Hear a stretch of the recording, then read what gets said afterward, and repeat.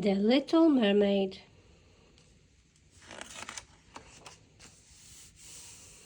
Once upon a time, a little mermaid named Ariel frolicked below the ocean, exploring the hulls of sunken ships. She beckoned to her playmate, a roly-poly fish. "Come on, Flounder. I'm sure this old boat has lots of human treasure aboard." "I'm not going in there, it's spooky." "Don't be such a guppy. Follow me."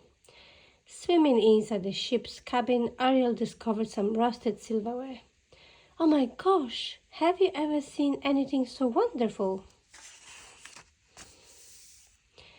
Ariel swam to the water's surface and found her seagull friend. "Scuttle, do you know what that is?" She held up a fork. "Judging from my expert knowledge of humans, it's obviously a dingle hopper. Humans use these to straighten their hair." "Thanks, Scuttle. It's perfect for my collection." Ariel dove to undersea grotto when she kept her treasures from the human world. She hid her collection there because her father, the Sea King, forbade Merpole to have any contact with humans.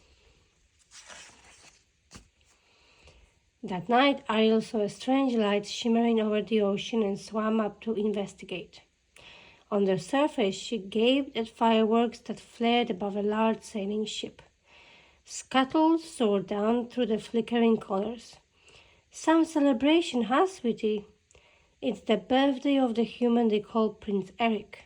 Forgetting her father's decree, Ariel peered at the young man on deck.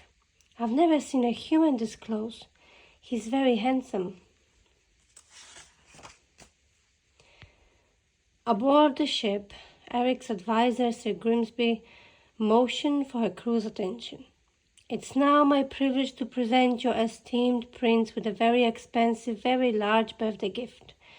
A marble statue carved in this exact likeness. Of course, I had hoped it would be a wedding present." The prince glared away, gazing at the sea. "Don't start, Grim. The right girl is right there somewhere." Far beneath the ocean, the wicked sea witch Ursula used her magic to spy on Ariel. My, the daughter of the great Sea King Triton, in love with a human.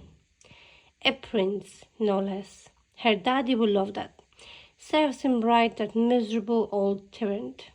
Banishing me from this place just because I was a little ambitious. Still, his headstrong, lovesick girl might be the key to my revenge on Triton. She'll be the perfect bait when I go fishing for her father. On the surface, a sudden storm swept across the ocean. The prince took charge. "Stand fast, secure the rigging." Without warning, a huge bolt of lightning struck a vessel. Sir Grimsby slid across the deck. "Eric, look out! The mast is falling." Ariel watched in horror. Eric has been knocked into the water. I've got to save him. With the storm swirling around about her, Ariel desperately searched for Eric. "Where is he? If I don't find him soon, wait. There he is." Diving beneath the waves, Ariel spotted the unconscious figure. "He's sinking fast. I've got to pull him out of the water before he drowns." She took hold of Eric and, using all her strength, managed to draw him to the surface.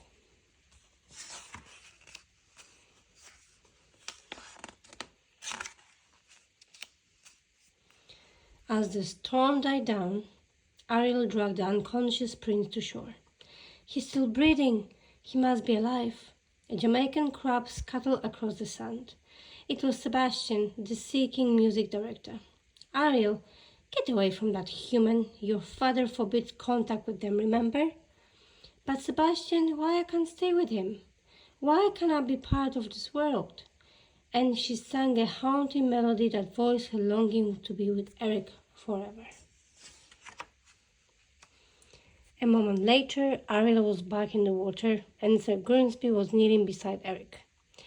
"You really delight in these sadistic strains on my blood pressure, don't you?" Grim, A girl rescued me. She was singing in the most beautiful voice. I think you swallowed a bit too much seawater here. Eric, let me help you to your feet.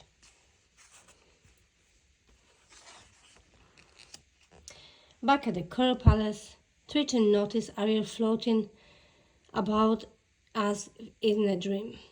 Summoning Sebastian, the Sea King smiled. You've been keeping something from me. I can tell Ariel is in love. I tried to stop her. I told her to stay away from humans. Humans? Ariel is in love with a human? Triton found Ariel in her grotto. She was staring at Eric's statue, which Flounder had retrieved after the storm. How many times I have told you to stay away from those fishy-eating barbarians. Humans are dangerous. But Daddy, I love Eric. So help me, Ariel. I am going to get through to this matter whatever it takes. Raising this Triton to seeking destroyed all the treasures. Then he stormed off, leaving Ariel in tears.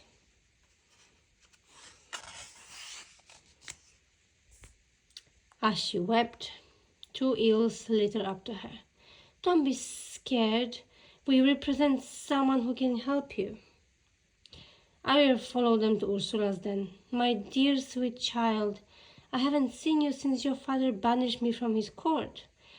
To show that I reformed, I'll grant you 3 days as a human to win your prince. Before sunset on the 3rd day, you must get him to kiss you. If you do, he's yours forever, but if you don't, you will be mine. Ariel took a deep breath and nodded. The sea witch smiled deviously. Oh yes, I almost forgot. We haven't discussed payment. I'm not asking much. All I want is your voice. Sebastian, who followed Ariel, scurried out of hiding. Don't listen, Ariel, she's a demon. But Ursula had already used her powers to capture Ariel's beautiful voice in a seashell and transform the Little Mermaid into a human.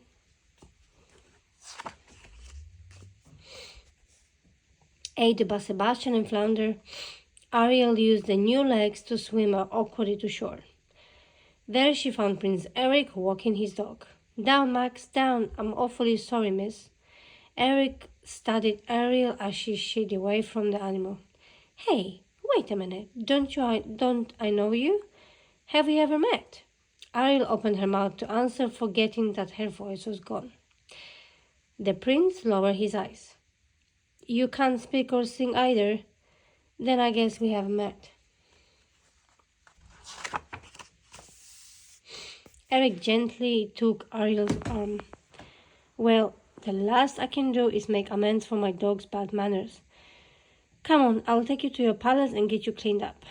At the royal estate, Ariel was whisked upstairs by a maid. Grimsby discovered the prince staring glumly out of the window. Eric, be reasonable. Young ladies don't go around rescuing people then disappearing into thin air. I'm telling you, she was real. If I only could find her.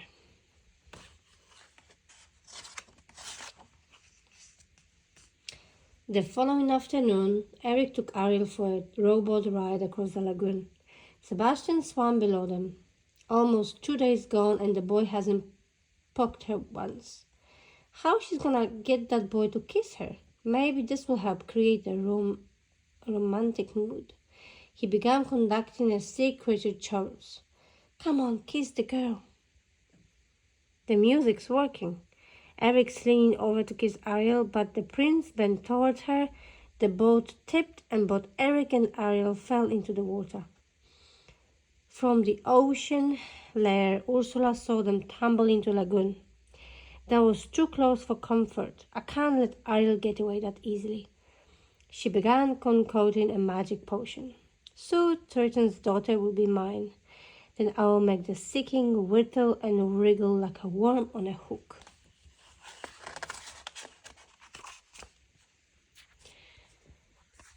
The next morning, Scuttle flew into Ariel's room to congratulate her. The prince had announced his wedding. Overjoyed at the news, Ariel hurried downstairs. She hid when she saw Eric introducing Grimsby to a mysterious dark-haired maiden. The prince seemed hypnotized. Vanessa saved my life, he said. We are going to be married on a board ship at sunset. Ariel drew back confused. She was the one who had rescued Eric. Fighting tears, she fled the palace. Sebastian found Ariel sitting on a dock, watching the wedding ship leave the harbor. Suddenly, scuttle crash landed beside them. When I flew over the boat, I saw Vanessa's reflection in the mirror. She's the sea witch in disguise, and she's wearing the seashell containing Ariel's voice. We've got to stop the wedding. Sebastian splashed into the water. Flounder, you help Ariel swim out the boat. I'm going to get the Sea King.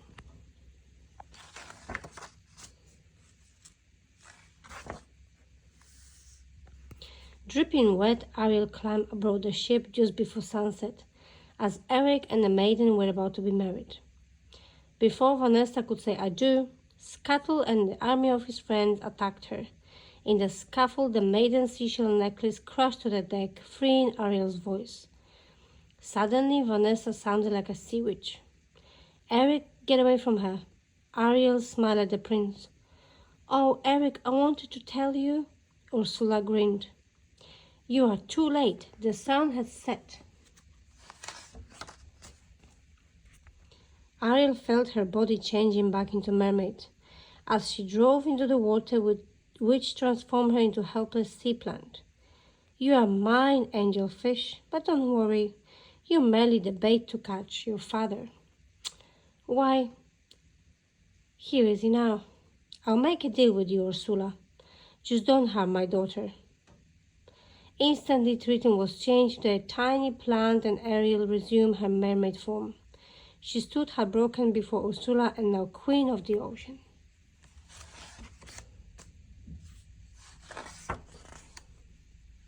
Suddenly, Prince Eric appeared. He tossed a harpoon at the sea witch, hitting her in the arm. Ursula snatched up the king's trident. You little fool. As the sea witch pointed the weapon at Eric, Ariel rammed into her, knocking the trident loose. Eric, we have to get away from here. The moment Keys surfaced, huge tentacles shoot out the ocean. Eric, we are surrounded. Look out. Ariel gasped and the enormous monster emerged. It was the sea witch. Using her new powers, the witch commanded the waters into a deadly whirlpool. Several old sunken ships rose to the surface. The prince struggled aboard one of the boats. As Ursula loomed above, Eric plunged the sharp point through the sea witch, destroying her. The mighty force sent Eric reeling towards shore. As the unconscious prince lay on the beach, Ariel perched on a rock and gazed at him. Triton and Sebastian watched from afar. She really does love him, doesn't she, Sebastian? The Sea King waved his trident and Ariel was once again human. The next day, she and Prince Eric were married on board the wedding ship. As they kissed, the humans and Merple sent up happy cheer, linked at least by the marriage of the two people whose love was as deep as the sea, as pure as the young girl's voice.